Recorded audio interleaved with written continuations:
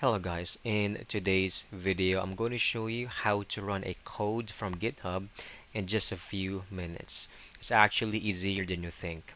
Let's get started. First, start by heading over to github.com and opening the repository that contains the code you want to run.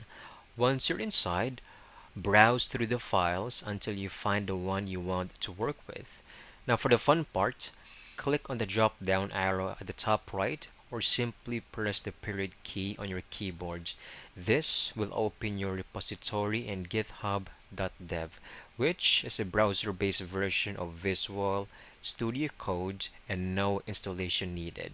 So we're going to select our code over here, and then we can easily find the drop down over this section and click on github.dev. Alright, now once you're in, look for the run and debug button on the left sidebar or top toolbar over here. Alright, click it to execute your code.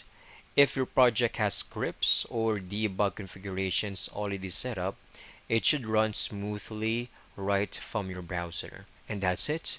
That's how you can easily run code directly from GitHub in just a few minutes. I hope you found this video very helpful.